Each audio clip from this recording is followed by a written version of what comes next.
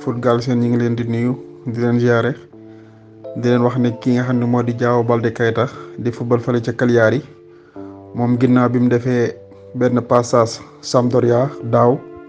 dellu Monaco moom nag dafa ñëwaat fi nga xam ne moo di Cagliari démb la woon bitam bu njëkk ca club bële di Cagliari moom ak Lazio ñoom ñaar nag dañoo témboo ku nekk ñaari bit nga dugal sa moroom kii di Keita Baldé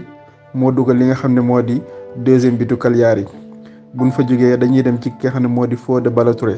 moom Fode Ballo-Touré clubam bii di Milan da doon laal ak ki nga xam ne moo di Juventus de Torino wante moom Fode Ballo-Touré nag Fode Ballo-Touré moom duggut ca booba match dafa toog ci banc bi ba match bi jeex match bi mi ngi jeexee 1-1 buñ jógee foofu dañuy dem ci Salernitana moom mook Atalanta ñoo doon laale ki nga xam ne doomu Sénégal bii di Mamadou Koulibaly moom moo fa nekk am milieu terrain offensif moom nag ki nga xam ne moo di Atalanta moo leen dóor benn bal ci dara. dañuy desandi Italie ba tey di wax ci club bii di Bologne nga xam ne doomu sénégalais moo fa nekk muy Ibrahima Mbaye moom nag ñoo doon laale ak waa Inter wante Inter da leen a dóor yu metti 6-1 la leen dóor Ibrahima Mbaye nag di doomu Sénégal boobu moom nag jot a dugg ci match bi dafa toog ci banc bi ba match bi jeex. buñ fa jógee dañuy dem fële ci France buñ ko waxee dañuy wax Bamba Dieng moom nag semaine bii marqué na li nga xam ne moo di maanaam empreinte am fële ca club bële di Marseille ndax buñ dee xool contre Monaco dafa doublé tey jii mu ñëw ak ñoom Stade de Reims mu dugalaat li nga xam ne moo di troisième bitam ci championnat bi. buñ fa jógee dañuy dem ci club bi nga xam ne moo di Paris Saint-Germain moom Maxi Sock la doon am comme kan la doon am Olympique de Lyon moom nag. moo gagné ñaari bit ci benn muy 2-1 ki nga xam ne moo di Idrissa Gana Gueye moom nag jot naa football ca booba match. France ba tey ki nga xam ne moo di Strasbourg moom nag dafa gagné Metz 3-0 ku ne xam ne ne Gamero bi mu ñëwee Strasbourg kii di Habib Diallo ci banc bi la daan toog wante Habib Diallo gis nañ ne semaine bii war na taxawaay bu am solo ca boobu club muy Strasbourg.